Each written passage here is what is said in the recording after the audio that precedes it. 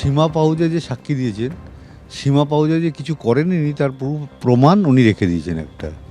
এবং ক্যালকাটা পুলিশের যে রূপালী মুখার্জি আইও, দুজনই আইও যে কোনো কাজ করেন সেটা দেখিয়েছেন। এবং ক্যালকাটা পুলিশ জজের সামনে দাঁড়িয়ে যে বেআইনি কথাবার্তা এবং যেটা ক্রিমিনাল অফেন্স এরকম কাজ করেছে, তাও জজের সামনে গর্বের সঙ্গে বুক ফুলিয়ে বলেছে। এটা আপনি কি বলবেন? আমি বলবো সঞ্জয় তো অপরাধী, কিন্তু সিবিআই সেভাবে প্রমাণ করতে পারেনি যে আমার মেয়ের মৃত্যুটা রেয়ার অ্যান্ড রেয়ার কেস। সিবিআইও পারেনি এবং কলকাতা পুলিশও পারেনি। এবং আমাদের প্রশাসনিক ক্ষমতার অধিকারী মুখ্যমন্ত্রী সবসময় বলেন যে আমার কথাতেই সব হয়, তার মানে ওনার কথাতেই সব কিছু হয়েছে। আমার মেয়ের মৃত্যুর সঠিক তদন্ত হোক এবং সমস্ত সবাই যারা দোষী সবাই বেরিয়ে আসুক, সবার ফাঁসি চাই। আমি একা সঞ্জয়ের ফাঁসি চাই না। এই মামলায় আমরা তো পার্টি আছি, আমরাও পার্টি হয়েছি এবং আমাদের দেখা কেউ বলেনি যে কোনো তরফ থেকেই আমাদের জানানো হয়নি, কিন্তু আমরাও ওকালতনামা দিয়েছি, আমাদেরও থাকবে লয়ার।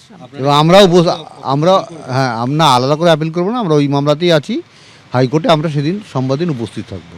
আচ্ছা, কি প্রত্যাশা করছেন?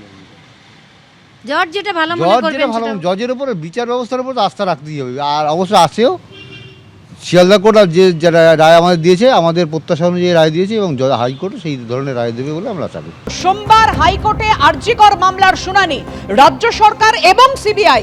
আপনারা জানেন ইতিমধ্যেই সঞ্জয় রায়, সেই সঞ্জয় রায়ের সর্বোচ্চ সাজা চেয়ে তারা হাইকোর্টে মামলা দায়ের করেছিল, তারই শুনানি রয়েছে আগামী সোমবার। প্রথমেই চলে যাব সমীরনের কাছে।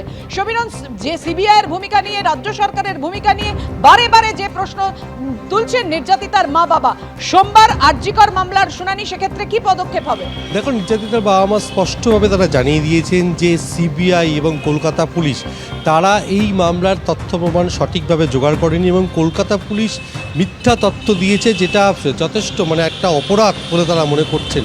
আর সেই কারণে যেটা বিচারক রায়ের কপি দিয়ে যে বিভিন্ন অসঙ্গতির কথা তুলে ধরেছেন, সেই প্রসঙ্গে তারা বলেন যে বিচারকেরও হয়তো কোনো চাপ থাকতে পারে, কিন্তু সিবিআই যে আদালতে যখন শুনানি চলেছে সেক্ষেত্রে বিরলের মধ্যে বিরলতম ঘটনা হিসাবে এই ঘটনাটিকে প্রমাণ করতে পারেনি।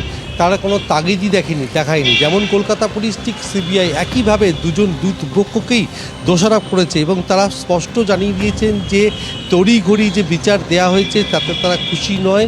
এবং আগামী সোমবার হাইকোর্টে রাজ্য সরকার এবং তার পাশাপাশি সিবিআই যে মামলা করেছে এবং সেই মামলার দিন তারা উপস্থিত থাকবেন আদালতে। এবং শুধু তাই না, সঞ্জয় রায়ের পক্ষেও তার আইনজীবী মামলা করেছেন এবং প্রত্যেক ক্ষেত্রে যেহেতু তারা পার্টি হয়েছেন সেই কারণে তারা তাদের একজন আইনজীবী নিয়োগ করেছেন এবং তার পাশাপাশি সশরীরে তারা উপস্থিত থাকবেন হাইকোর্টে সেদিনকে শুনানির সময়।